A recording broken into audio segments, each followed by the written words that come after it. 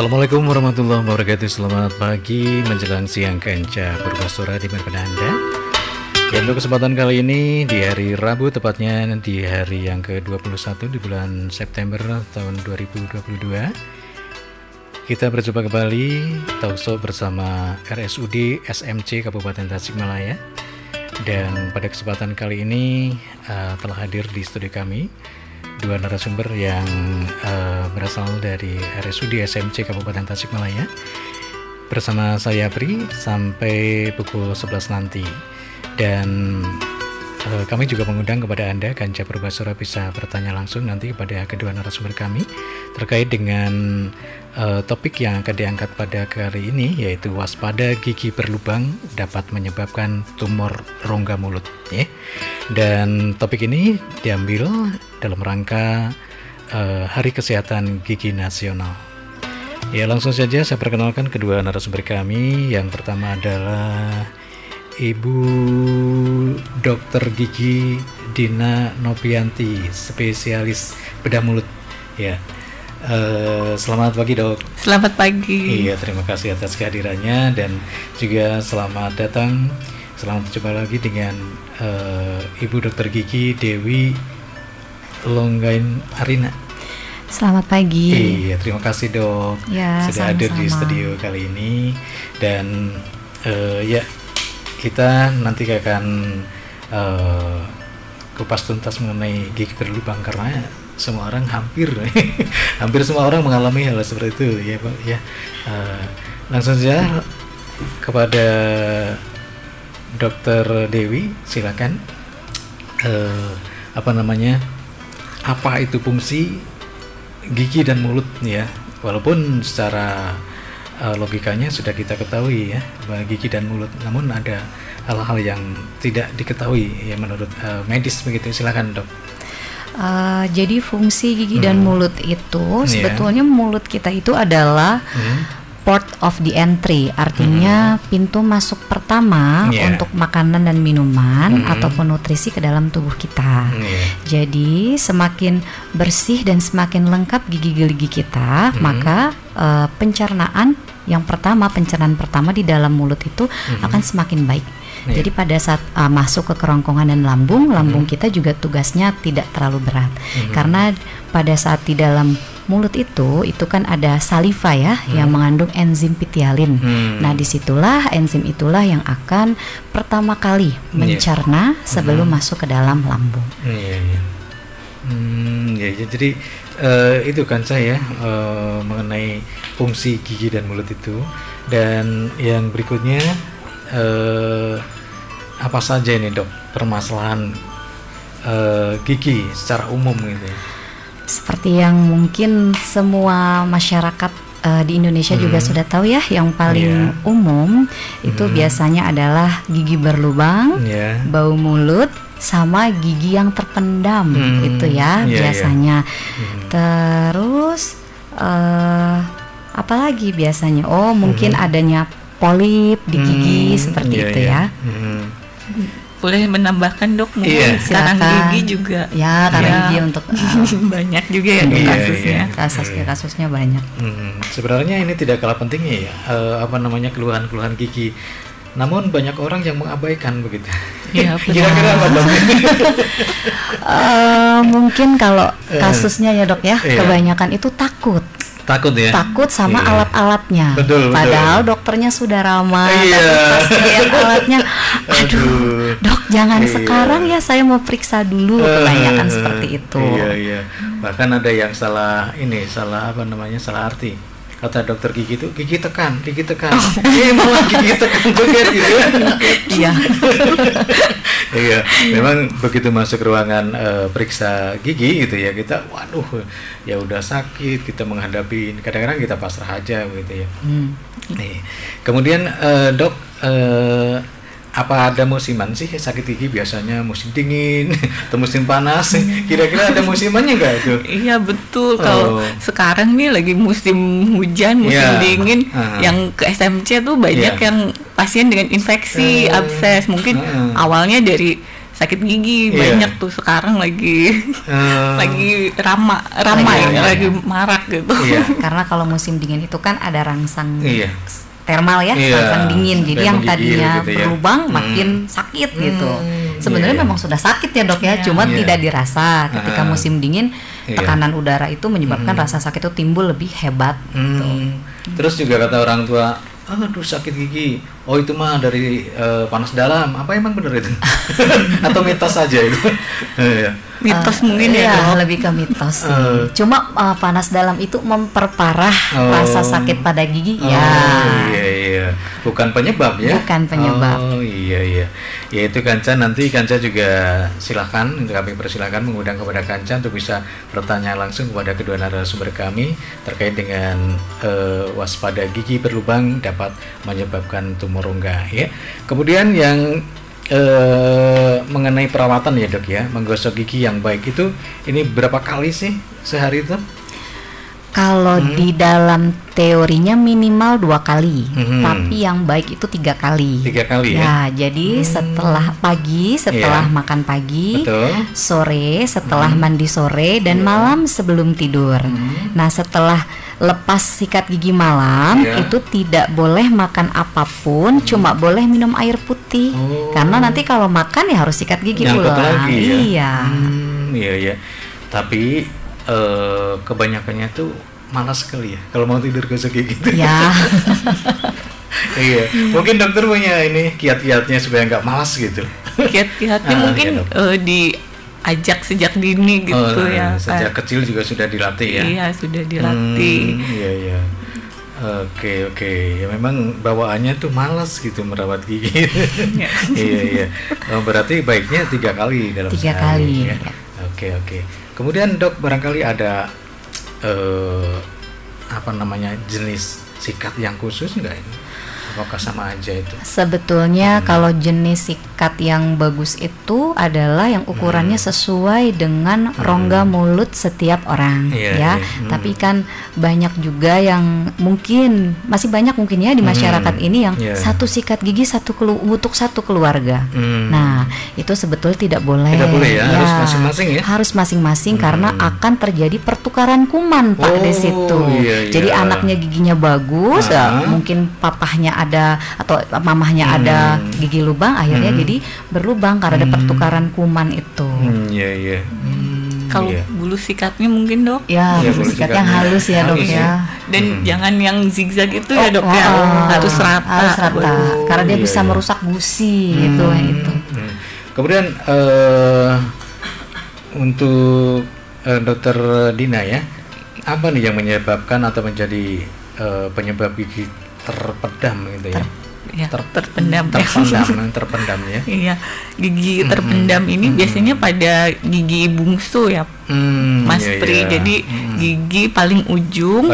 Ya biasanya ini akan tumbuh atau muncul pada usia sekitar 18 tahun.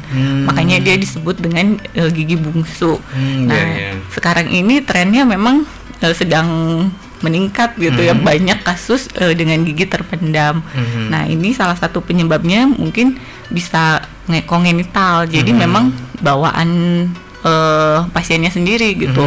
Misal dengan rahang yang cukup kecil atau giginya normal, rahangnya kecil itu sehingga giginya tidak bisa tumbuh, tidak ada ruang untuk dia tumbuh sehingga terpendam. Ataupun bisa juga rahangnya normal tapi giginya besar-besar gitu. Jadi itu juga menyebabkan kurang ruang. Atau yang lebih ekstrim sudah rahangnya kecil, giginya besar-besar, dan itu lebih parah. Jadi memang untuk kasus gigi terpendam ini ada kelas-kelasnya. Jadi ada yang terpendamnya hanya sebagian, ada juga yang sampai sama sekali tidak bisa tumbuh karena kurangnya ruang rahang itu sendiri. Kemudian dari faktor kebiasaan juga, kebiasaan makan, mengunyah. Nah sekarang mungkin trennya tuh yang makanan olahan, yang cepat saji kan. Itu kan jadi lebih lunak gitu, sehingga pertumbuhan rahang. Kita mengunyah juga tidak optimal gitu, karena sekali gigit mungkin sudah bisa ditelan. Jadi untuk pertumbuhan pertumbuhan rahangnya dia menjadi kurang optimal sehingga akan menyebabkan kurang ruang juga untuk gigi itu tumbuh. Iya. Kemudian, terus Dokter Dina atau juga Dokter Dewi ya, mengenai bau mulut yang mungkin semua juga sering merasakan ini. Itu apa penyebabnya, gigi itu sendiri atau faktor lain gitu? Itu multifaktorial ya Pak, jadi banyak faktor. Yang paling utama adalah gigi berlubang ya Dok ya, gigi berlubang. Yang kedua karang gigi, itu yang paling ini ya. Ketiga mulutnya memang kering, jadi salivanya itu diproduksinya sedikit. Kenapa? Karena satu bisa tadi disebabkan panas dalam, kedua hormonal. Mungkin kalau yang perempuan itu yang sudah memasuki masa menopause atau menjelang masa menopause. Itu berpengaruh juga. Ya, sangat berpengaruh itu. Terus makan makanan yang kurang nutrisinya, kurang nutrisi airnya. Jadi kebanyakan makanan jajanan ya Dok ya, kurang sayur, kurang buah, dan kurang minum air putih. Karena yang saya temui pasien-pasien saya di poli itu, apalagi anak-anak usia 7 sampai 17 tahun yang giginya sudah mungkin geleng-geleng kepala ya. Kita dokter gigi ngelihatnya, saya tanya minum apa biasanya. Ini fruity, teh gelas, teh manis Dok. Air putihnya kapan? Kalau lagi mau aja, soalnya enak minumnya. Itu yang jawaban dia. Terus mungkin ada kondisi kelainan sistemik ya Dok ya, penyakit sistemik yang menimbulkan bau mulut yang khas ya Dok. Seperti misalnya pada penderita diabetes itu ada bau mulut yang khas itu kayak garlic bread gitu ya Dok ya. Bau aseton gitu ya. Iya, jadi kalau itu mungkin semata-mata nanti untuk menghilangkan bau mulut tidak hanya melalui dokter gigi. Iya. Tapi ada obatnya yang disemprot itu gimana Dok? Itu bayang nggak itu?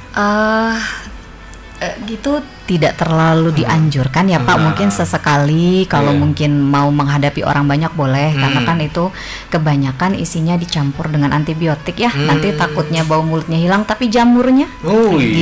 Jadi nanti kalau misalnya ada orang yang sering pakai obat kumur ataupun semprot, tiba-tiba lidahnya kok banyak putih kayak kapas, nah berarti flora normal dalam mulutnya sudah terganggu.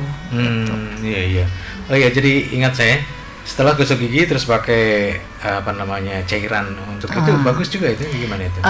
Kalau saya menyarankan lebih baik diganti dengan air garam hangat. Itu lebih baik dan air garam hangat. Karena kan hanya untuk penyegar dan disinfektan ringan. Dan tidak mengandung alkohol ya Pak ya, karena kalau mengandung alkohol mulut akan kering ya Dok. Mungkin Dokter Dina bisa nambahin gimana? Iya, dan mulut itu kan terdiri dari mukosa gitu ya Dok ya, yang memang harus dijaga kelembapannya. Kalau misalnya ada intervensi alkohol nanti jadi kering ya, malah tambah bau mulutnya. Terus gini ya, mungkin dokter bisa menjelaskan gejala yang bisa dirasakan kalau kita ini pada saat gigi berlubang gitu ya. Apakah gejalanya gimana nanti sehingga bisa mengantisipasi gitu Dok? Gimana Dok? Oke, kalau gejala awalnya biasanya linu. Kalau minum es, makan manis, minum panas itu pasti linu. Tapi sebentar, nanti rangsang makanannya hilang, dia hilang. Nah, biasanya orang-orang yang waspada pada dirinya, dia langsung mungkin ke vaskes tingkat 1 ya, atau ke klinik atau ke puskesmas. Nanti dilihat, biasanya itu ada lubang kecil. Itu bisa mungkin langsung ditambal atau dokternya melakukan perawatan dulu, observasi. Jadi tetap dijaga kebersihan mulutnya. Nanti lama kelamaan kalau memang makin parah, dia akan terasa linonya makin hebat. Linonya makin hebat, jadi sampai makanan terselip di situ, sampai bahkan tidak bisa diangkat dengan sikat gigi. Nah, nanti terus akan penjalaran penyakitnya itu akan terasa nyut-nyutan sampai ganggu tidur, nggak bisa tidur malam. Itu berarti si lubangnya, kumannya itu sudah masuk ke dalam ruang pulpa. Ruang pulpa itu tempat pembuluh darah dan syaraf. Kalau sudah masuk situ, perawatannya akan lebih lama, akan bolak-balik, dan juga akan kemungkinan terjadi abses atau nanah. Dan kalau giginya mati itu akan beda dengan gigi yang masih hidup atau vital, akan lebih rapuh. Walaupun ditambal, tapi tetap harus ditambal ya. Tapi kita menjaga gigi kita itu juga harus lebih lebih spesifik itu, lebih betul-betul gitu, lebih teliti, lebih telaten gitu, ketimbang pada saat awal sudah terdeteksi kita langsung aware sama diri kita. Nah, itu akan lebih baik ke depannya. Mungkin Dokter Dina bisa tambahin? Iya, Dok, gimana? Iya, untuk yang tadi tahap awal ada rasa linu itu gejalanya itu linu itu bisa jadi gak semata-mata karena gigi berlubang juga ya, Dok. Misal kita tuh teknik sikat giginya salah nih. Nah, biasanya akan menyebabkan abrasi ya, Dok. Nah, itu juga tahap awal mungkin keluhannya linu. Nah, baiknya itu juga ada tindakannya ya, Dok. Bisa dengan ditambal gitu. Biasanya di cervical gigi. Di leher gigi. Jadi deket gusi gitu. Nah, itu juga harus diwaspadai karena biasanya kok ini giginya bagus tapi ternyata suka sakit nyut-nyutan. Nah, mungkin karena di cervical ini warnanya akan sama dengan mahkota gigi, jadi nggak aware juga ya, Dok.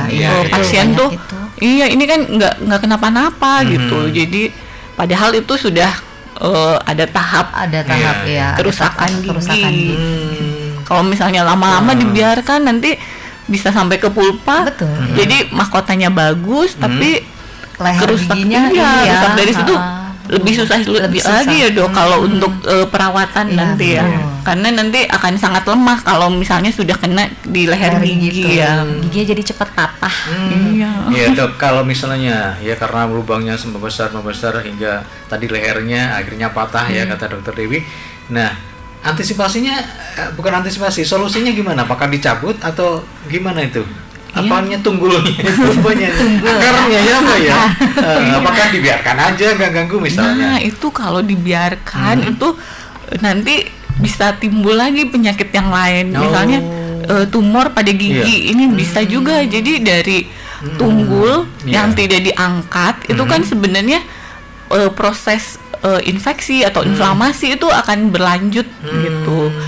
Nah, dari adanya proses inflamasi yang terus-menerus ini akan menyebabkan sel-sel bisa bermutasi, sel-sel sekitarnya, bisa jaringan lunaknya, bisa jaringan kerasnya.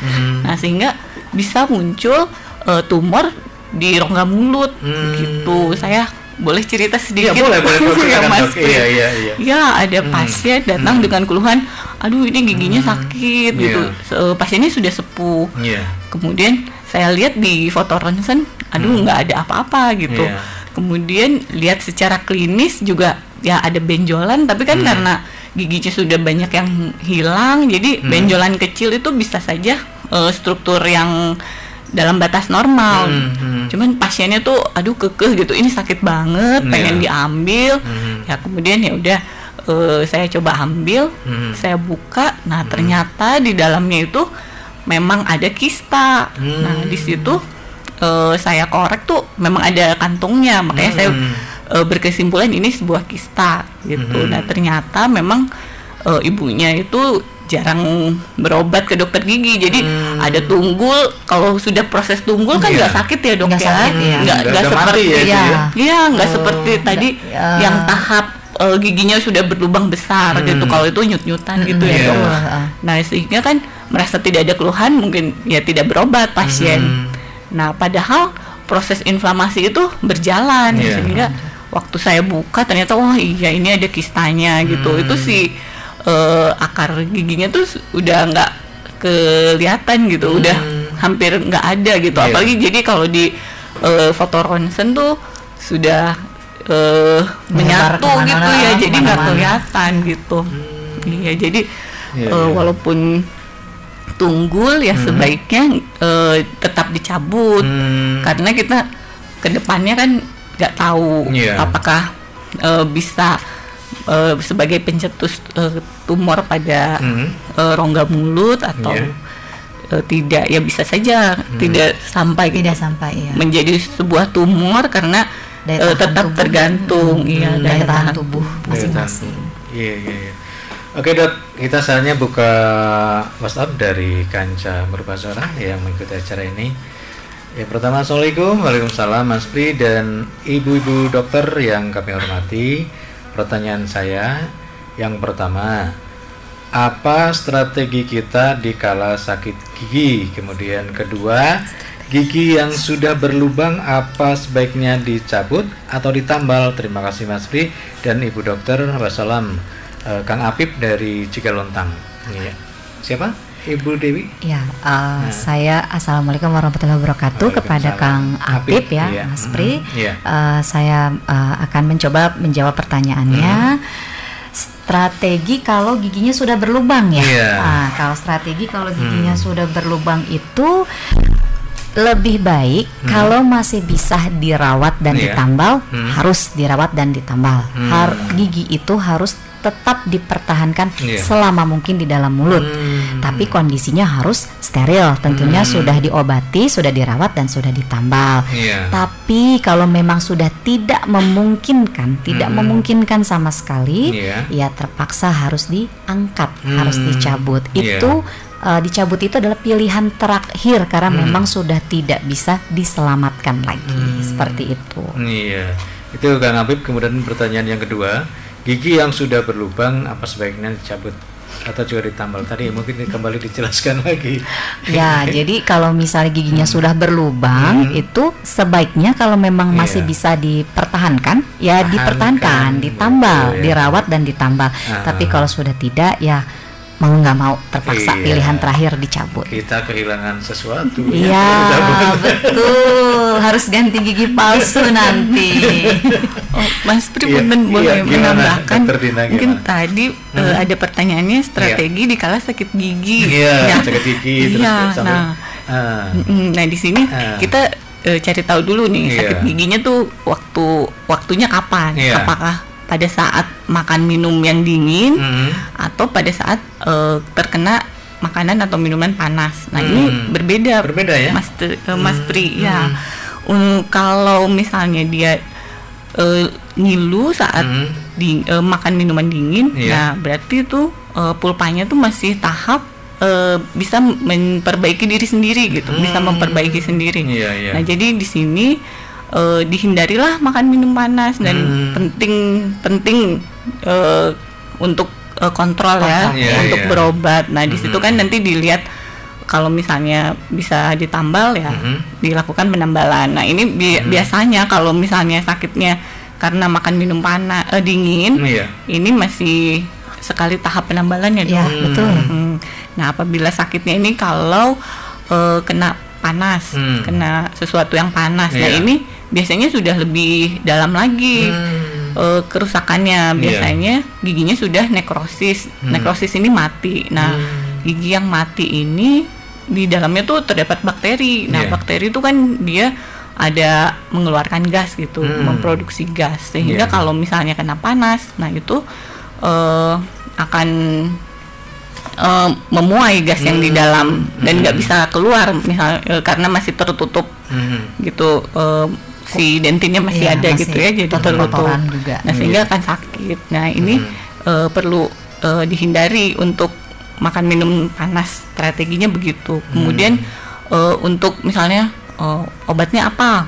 Di sini mungkin masuk ke pertanyaan ke obat. Nah untuk tahap pulpitis sendiri ini biasanya sih tidak memerlukan antibiotik, ya karena kan belum ada proses infeksi, jadi sebenarnya tidak memerlukan antibiotik. Jadi hanya cukup analgesik atau penghilang rasa sakit kalau diperlukan. Tapi untuk keluhan gigi ini sebaiknya ada tindakan. Jadi untuk apa kalau misalnya minum obat sendiri, iya itu kan sebenarnya hanya sebagai penghilang rasa sakit saja, tapi kasusnya pusat infeksinya tidak diobati, penyebabnya tidak menyembuhkan. Jadi tetap untuk strateginya ya bagusnya sih kontrol tiap 6 bulan sekali ya dok. Ya betul itu ke dokter gigi. Iya.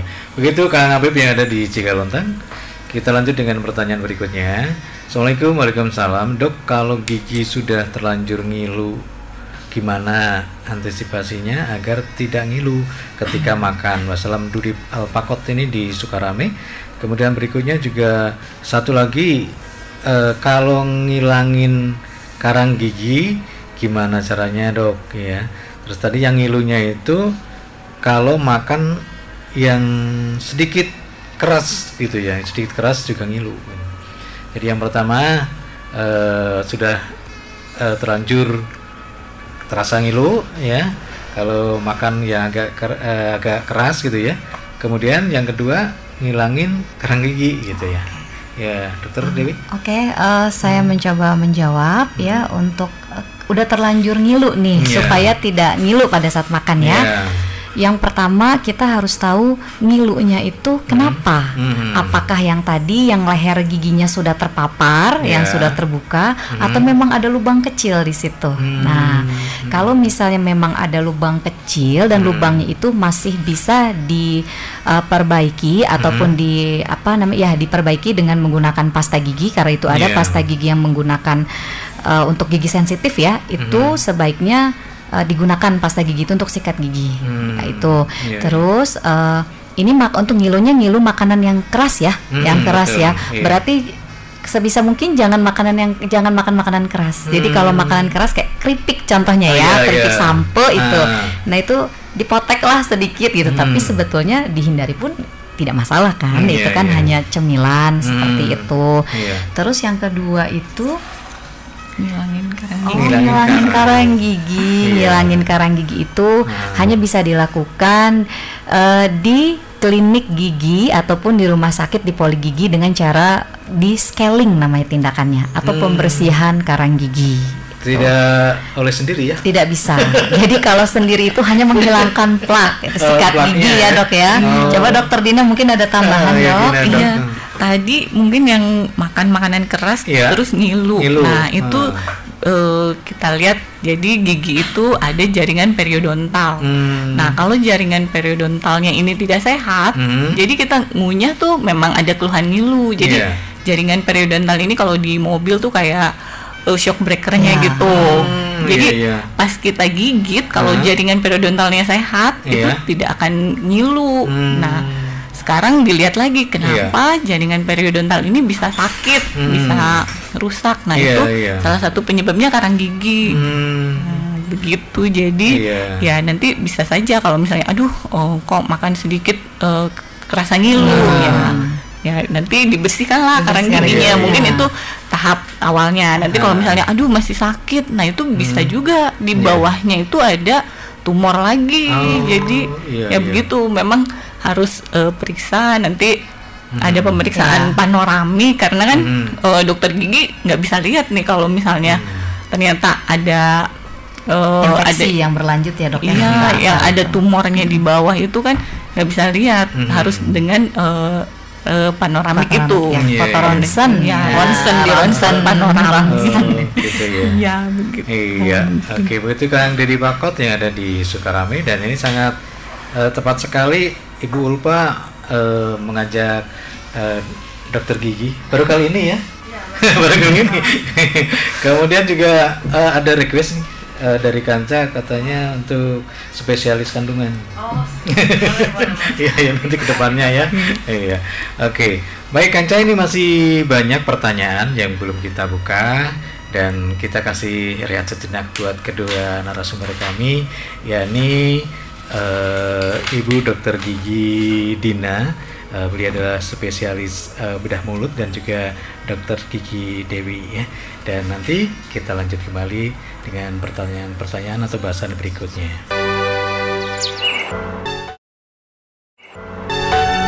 Oke, Kanca Purbasora, mari kita lanjutkan kembali ke pertemuan kita di Talkshow bersama RSUD SMC Kabupaten Tasikmalaya. Dan pada kesempatan kali ini dalam rangka Hari Kesehatan Gigi Nasional menghadirkan kedua narasumber, yakni yang pertama adalah Ibu Dr. Gigi Dina Nopianti, spesialis bedah mulut.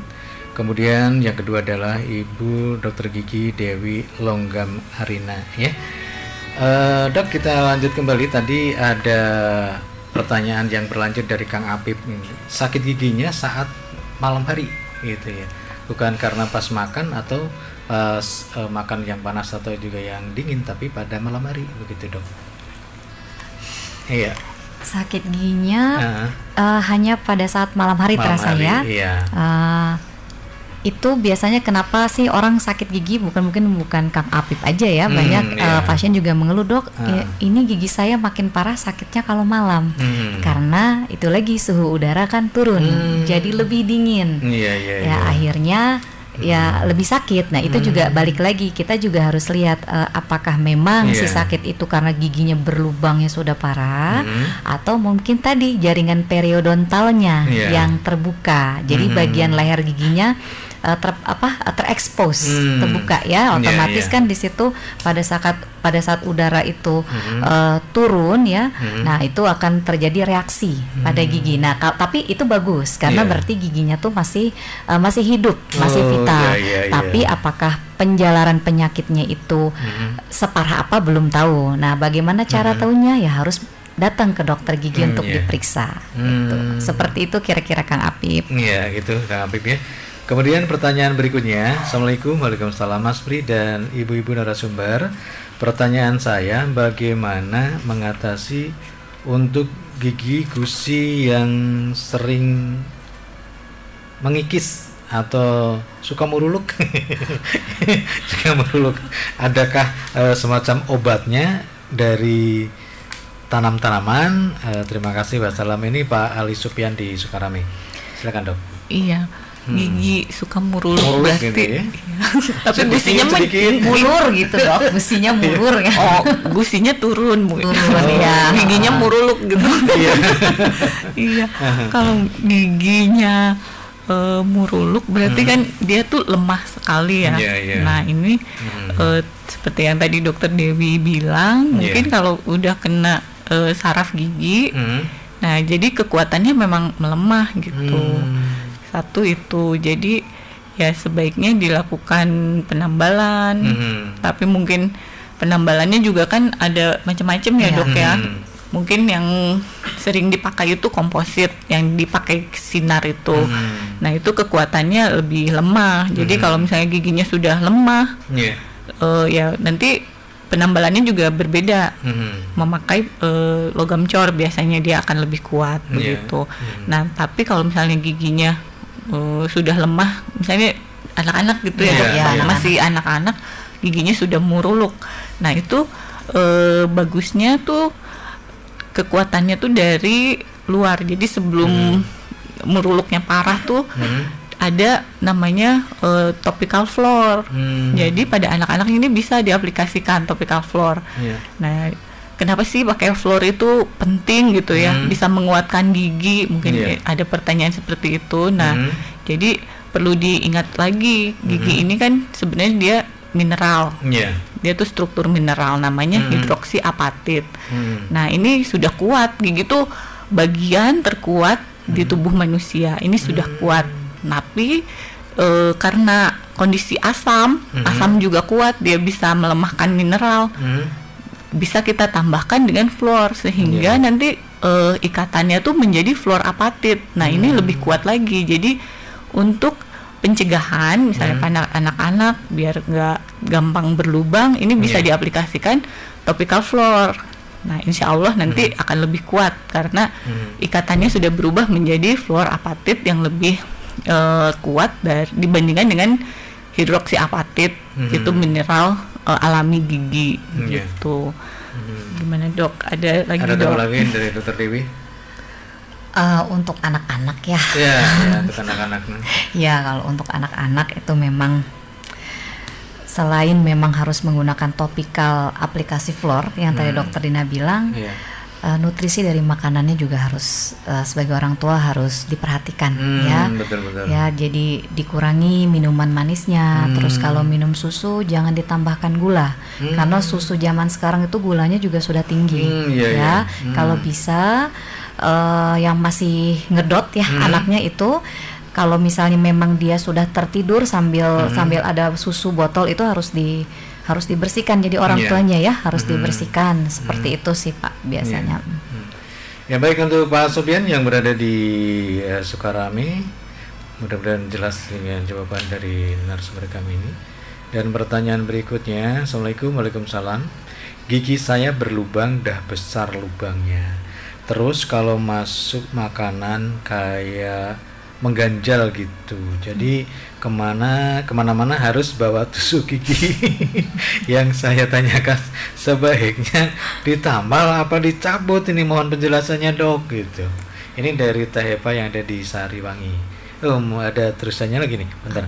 Terus ada saudara juga sering sakit gigi bolong, dikasih obat warung, dicocokinnya sama bolongannya. Sekarang malah hampir habis giginya. Mohon penjelasannya dok itu. Nah, ini nyambung sama gigi muruluk. Iya. Sama gigi muruluk ini bisa. Jadi cerita sedikit ya, saya juga pengalamannya ada pasien seperti itu, giginya sudah lubang dok, ini bagusnya diapain ya dok, ditambal atau dicopot? Balik lagi yang tadi saya bilangnya lebih baik dipertahankan dulu selama mungkin dalam mulut. Tapi kebanyakan pasien-pasien itu nggak tahan sama bolak-baliknya, nggak sabar gitu ya.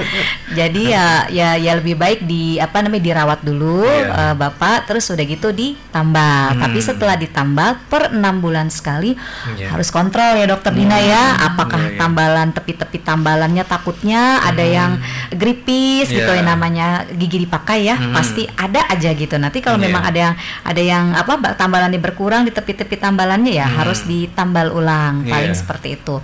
Terus yang kedua, dikasih obat warung, jadinya rapuh giginya buruk. Memang itu saya tahu itu kita tidak perlu sebutin merek kayak bubuk itu itu memang betul dia itu bisa meredakan sakit gigi kalau ditaruh, tapi jeleknya adalah dia melunakkan sisa-sisa email gigi, sisa-sisa mahkota gigi. Itu sebabnya giginya memang udah nggak sakit, tapi lama-lama patah, ruluk sendiri gitu. Yang paling terparah pernah saya temuin itu dikasih daun-daunan apa gitu katanya obat kampung dok, katanya resep nenek. Tapi jadinya giginya lunak sekali, akhirnya harus dicabut, dan pencabutannya makan waktu lama karena patah mau dicabut patah. Nah itu jadi sebaiknya kalau gigi sakit itu memang minum obat saja, minum analgesik tadi seperti yang dokter Dina sampaikan, lalu langsung periksa ke dokter gigi. Jadi bisa tahu nih setelah ini saya tahapannya di mana ya, perawatan saya apa ya, paling seperti itu. Iya, begitu Teh Epa.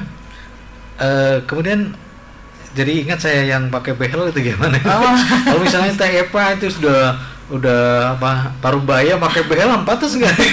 Parubaya tuh usia kira-kira 50 ya kalau parubaya. Terus disarankan pakai behel gitu. Saya juga pengen ketawa, mungkin kalau misalnya ini hanya sebagai gambaran aja, ABG banyak yang mau pakai behel, barangkali bisa disinggung sedikit ini. Kalau parubaya pakai behel pertama untuk apa?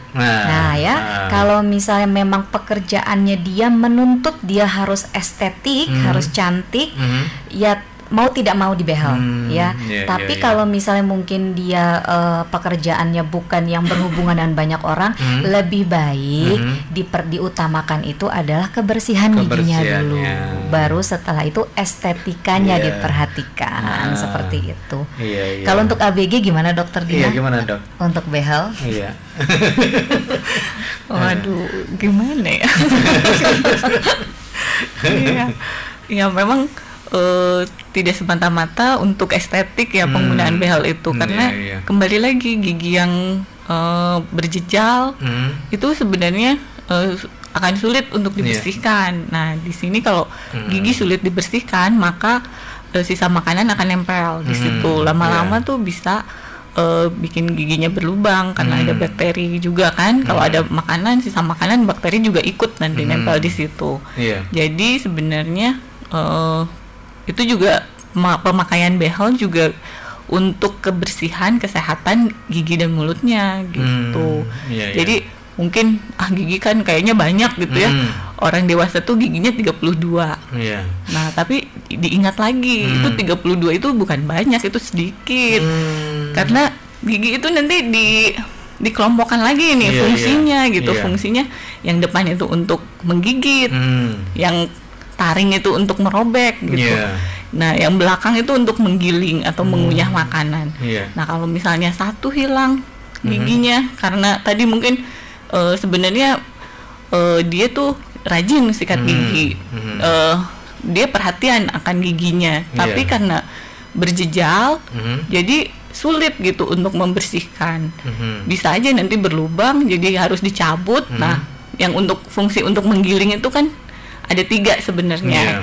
Yang gigi geraham ini ada 3 di satu sisi ini. Cuman yang satu tuh udah yang sering impaksi, sekarang lagi tren impaksi itu karena kan dari pola makan tadi itu ya. Jadi lebih banyak kasusnya. Berarti sisa 2 nih, sisa 2. Nah, sekarang yang 2 ini kalau misalnya dia berlubang terus harus dicabut, berarti sisa 1. Ternyata 32 itu sedikit gitu. Karena kita ada fungsinya masing-masing gigi itu gitu. Jadi memang harus dipertahankan dan sebisa mungkin ya jangan sampai ada celah itu untuk sisa makanan nempel sehingga akan nantinya menyebabkan ke gigi berlubang atau karies. Ya, Dok, tapi pemakaian behel apakah juga sesuai dengan medis, cara medisnya atau hanya ini aja? Gaya-gayaan. Tergantung ya. Iya. Ada juga yang pasang di tukang gigi ya, sebagai gaya-gayaan ya, Dok ya. Itu juga banyak kasus di RSUD ya. Kemarin dirawat inap, gusinya berdarah terus, terus ada apa coba lihat di dalam mulutnya, saya bilang gitu kepada dokter jaga rawat inapnya, Dok ada behel, ada behel Dok, ada behel. Terus saya bilang tolong dirayu pasiennya, diedukasi supaya dia mau lepas behelnya. Terus saya tanya, pasang di dokter siapa? Bukan Dok, katanya di tukang gigi ya, gitu. Aduh, terus pas saya lihat, aduh itu bengkak semua, gusinya kotor, terus giginya goyang. Kalau udah kayak begitu, aduh kayaknya itu tambah, bukannya kita mau menyembuhkan dan merapikan gigi itu malah jadi tambah penyakit. Jadi kalau kita pasang behel untuk adik-adik ya usia 10 sampai 17 tahun nih Pak ya, biasanya nih ya, yang ini yang mau, yang semangat gitu. Itu juga satu, pasangnya harus di dokter gigi. Kedua harus sesuai indikasi, bukan untuk diet ya. Ada yang niat untuk diet supaya nggak doyan makan ya kan, sakit kan.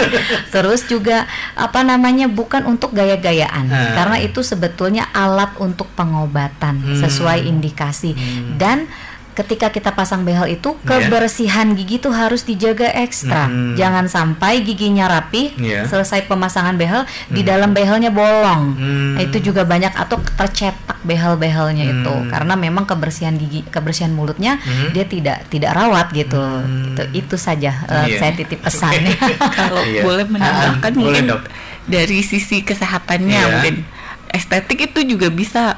Jadi hubungannya adalah dengan kesehatan jiwa, gitu. Jadi betul. Ya, jiwa juga harus sehat kan. Kesehatan itu jiwa raga, bukan raganya aja. Jiwanya juga harus sehat. Sekarang kalau misalnya, aduh giginya berantakan, gitu, atau enggak giginya rapi tapi dia maju ke depan, aduh jadi rendah diri gitu. Jadi kemana-mana nggak pede, mau aktualisasi diri terbentur dengan estetik gitu. Nah berarti kan jiwanya menjadi nggak sehat. Makanya menurut saya ya penting juga untuk dilakukan perawatan menggunakan ortodonti, alat ortodonti begitu.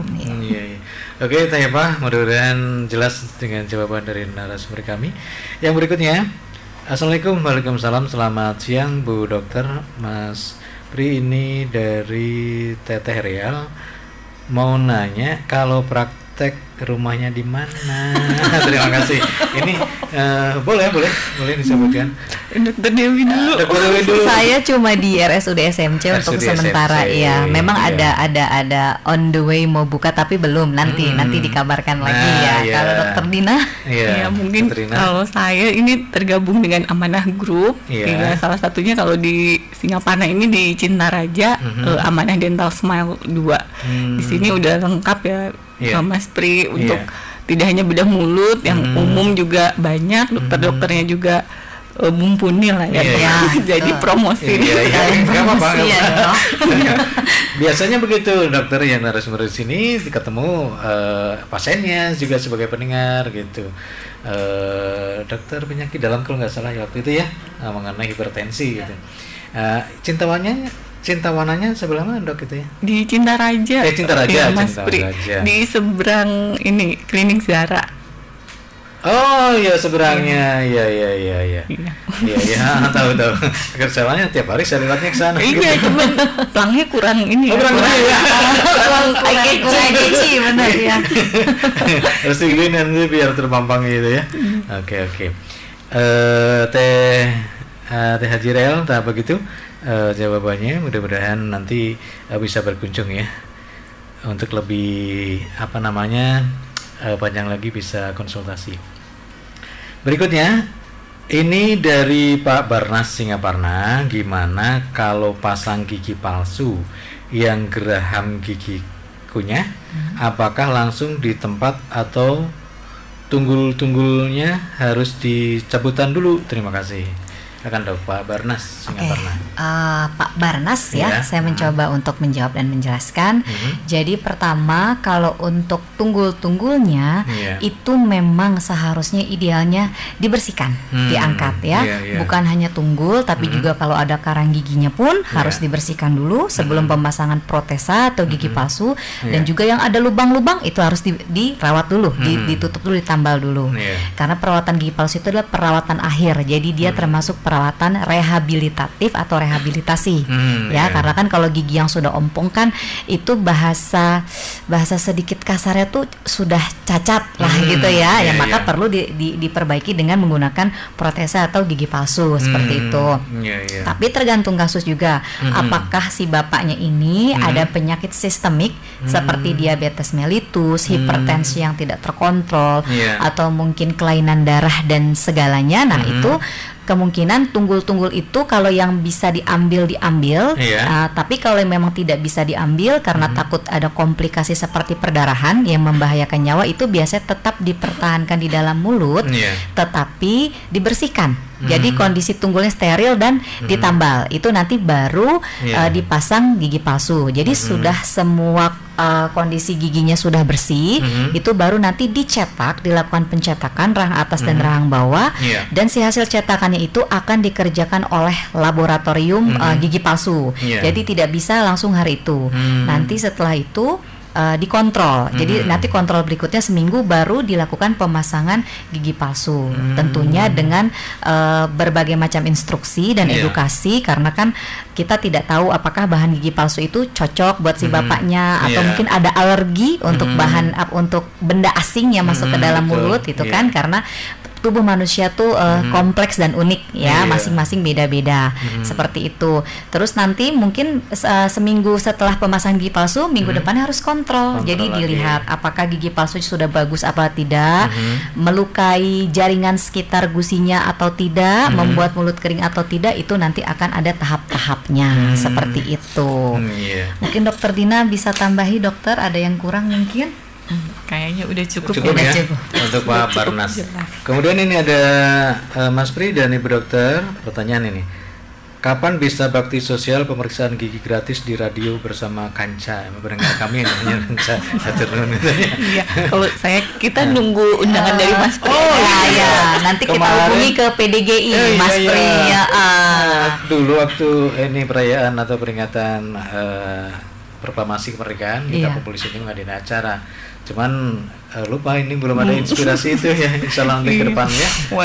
Jadi ini Kanca Purbasoranya menjadi inspiratif. Iya, mudah-mudahan kita juga akan menunggu undangan dari Insya Allah. Karena sudah ada rencana ya dok ya, Dokter Dina untuk operasi bibir sumbing ya kalau nggak salah, rencana wacana waktu itu. Tapi belum mau ada baksos. Tapi baru wacana ya, belum. Boleh nanti diumumkan di radio ini. Ya, yang berminat nanti bisa menghubungi siapa. Kita membantu publikasinya begitu dok ya. Ya nanti sering kita mengadakan acara-acara off air di sini dengan Kanca itu suatu wadah pendengar setia kami gitu ya. Oke. Dan berikutnya masih banyak ini pertanyaannya. Kita kebut saja. Oke. Assalamualaikum. Waalaikumsalam. Wilujeng siang. Bentar.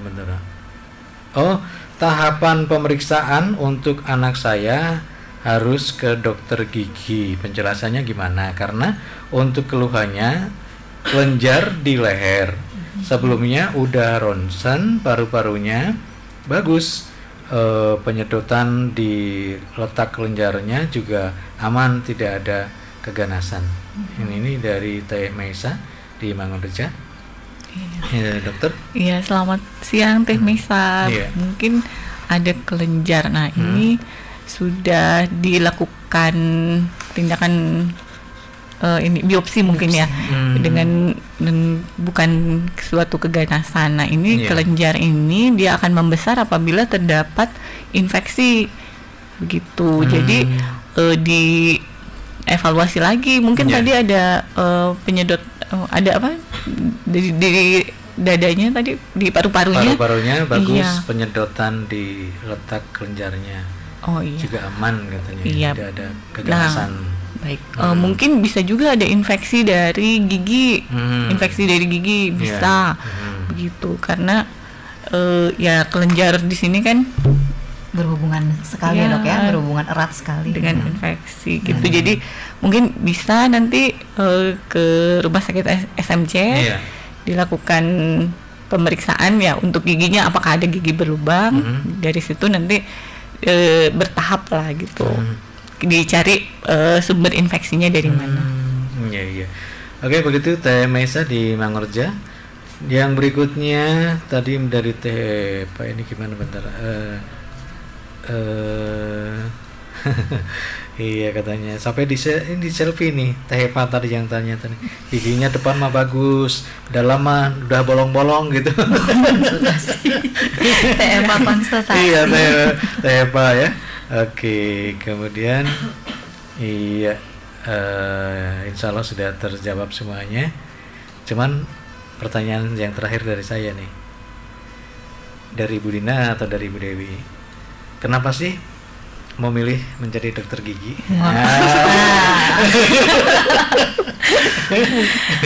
Dokter Dewi duluan. Dokter Dewi duluan. Saya, boleh. Kalau saya itu sebetulnya awalnya orang tua ya, cita-cita orang tua juga ya, cita-cita mamah katanya mau jadi dokter tapi nggak kesampaian. Kebanyakannya gitu, yang sakit hati nggak keterima di fakultas kedokteran, larinya ke anak kedokteran biasanya gitu. Terus akhirnya nggak, ya betul ya, nggak mau jadi dokter. Tadinya mau jadi dokter umum untuk lanjut ke dokter spesialis anak ya. Cuma ternyata mungkin rezekinya nggak di situ. Terus orang tua bilang, udah jadi dokter gigi aja, sama aja kok kalau memang mau mengabdi kepada negara mau jadi dokter ya itu sama-sama baik, sama-sama apa berpahala gitu. Akhirnya masuk ke Fakultas Kedokteran Gigi dan ternyata seru juga ya, asik ya, karena dokter gigi tuh waktu sekolahnya tuh banyak mainannya ya dok ya, banyak pernak-perniknya. Iya, jadi seru. Kalau dokter Dina gimana dok? Ya memang ya, mungkin satu pasti kayaknya kebanyakan tuntutan orang tua. Jadi udah dikenalkan gitu ya, ini jadi dokter gitu lah. Jadi dari kecil tuh mungkin udah ada tujuannya tuh, udah ke situ, sudah diarahin. Iya. Tapi kalau saya sih enggak dok, saya enggak bukan pelarian ya dok. Memang langsung ke sini. Oke, yang terakhir sekali ya. Kalau tadi terakhir, nah ini terakhir sekali. Kalau di RSUD SMC Ini pelayanan kesehatan gigi apa yang dilayani nih? Baik apa ini namanya di klinik mana di SMC itu mengenai kesehatan gigi ini pelayanannya? Mungkin ini pengenalan dulu karena klinik bedah mulut kan terbilang baru di sini ya, Mas Pri. Mungkin sebelumnya hanya ada di Kota Tasik, dan sekarang sudah dibuka. Mungkin sebagian masyarakat sudah familiar juga, sudah ada yang familiar ya. Untuk di SMC sendiri ini kita bagi-bagi ya, di klinik bedah mulut itu bisa ada menangani kasus-kasus trauma, ini biasanya KLL yang kebanyakan. Kemudian ada kasus infeksi, kasus dental alveolar, kongenital. Nah, kalau untuk kongenital ini adalah kelainan bawaan lahir seperti bibir sumbing atau celah pada langit-langit. Nah, di sini insya Allah sudah bisa dilakukan di rumah sakit SMC. Kemudian untuk tumor-tumor, tumor di rongga mulut ini bisa yang jaringan lunak atau jaringan keras ataupun kelenjar ludah. Nah, ini sekarang tuh lagi banyak kasus kelainan kelenjar ludah tuh yang di bibir. Nama lainnya mungkin mukokel gitu. Nanti tindakannya diambil si ininya, tumor jaringan lunaknya. Kemudian kalau untuk kasus emergensi ini dislokasi TMJ. Dislokasi itu jadi mulut rahangnya nggak bisa kembali lagi, nggak bisa tutup, jadi kebuka terus. Nah, untuk yang masih bingung mungkin, pas lagi dapat ya, pas lagi kena gitu dislokasi TMJ, bisa langsung ke IGD di SMC. Nanti rahangnya bisa dilakukan reposisi atau dikembalikan ke tempat semula gitu ya. Jangan saya titip, jangan diurut-urut gitu. Terus misal tunggu dulu deh, siapa tahu balik sendiri. Nah, memang mungkin kalau untuk yang sering dislokasi mungkin bisa gitu dibalik sendiri, tapi kebanyakan kan nggak bisa, harus ada tindakan medis. Nah, saya pernah ada tuh kasus, Mas Pri. Jadi pasiennya ini datang ke alternatif gitu, diurut-urut. Itu udah sekitar 6 bulanan. Di sini juga ada kasusnya di Tasik. Kalau yang pasien yang itu dari Karawang. Dari Karawang, jadi udah 6 bulan. Nah, dari situ kan kita susah itu mau kembalikan lagi, susah karena si otot-ototnya ini sudah stable gitu ya, di posisi gitu di situ. Jadi mau kembali lagi tuh susah, nggak bisa langsung, harus dilakukan intervensi pembedahan gitu, dipotong ininya, ototnya gitu, biar dia nggak bisa rilis gitu, bisa dikembalikan ke posisi semula. Jadi jangan sampai kasus dislokasi ini dianggap sepele gitu. Jadi ditunda dulu, nggak langsung ke dokter. Nanti ya bisa seperti itu, nanti malah tambah parah gitu. Bisa sampai penanganannya sampai harus dibedah begitu. Oke, jadi untuk pelayanan kesehatan gigi itu ada di klinik bedah mulut begitu ya. Iya, dan ada juga klinik gigi dan poligigi umum. Poligigi umum. Jadi ada 2 begitu. Ada 2. Oh iya. Ini sebagai informasi pada masyarakat Kabupaten Tasikmalaya akan mendapatkan pelayanan dari Rumah Sakit Umum SMC. Ya, mungkin kalau di poligigi mulut tindakannya apa aja, Dok? Untuk poligigi umum ya, itu bisa untuk dewasa dan anak-anak, penambalan, pencabutan dan juga pembersihan kerang gigi. Gitu. Untuk sementara behel dan gigi palsu mungkin protesa belum bisa ya, kecuali sama dokternya nanti janjian langsung di klinik pribadinya. Nah itu kalau untuk di SMC itu belum bisa, karena kalau behel sekarang kan satu memang harus dilihat kasusnya. Jadi ada yang memang bisa dikerjakan oleh dokter gigi umum, ada yang harus ke spesialis orto. Nah itu.